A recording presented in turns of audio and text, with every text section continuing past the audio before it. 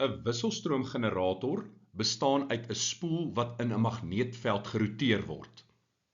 Die EMK tydgrafiek vir een volledige rotasie van die spoel word getoon.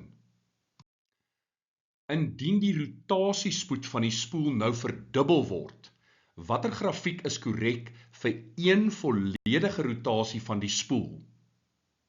Die korrekte antwoord is C. Oorspronklik is die piek spanningsuitset 150 volt.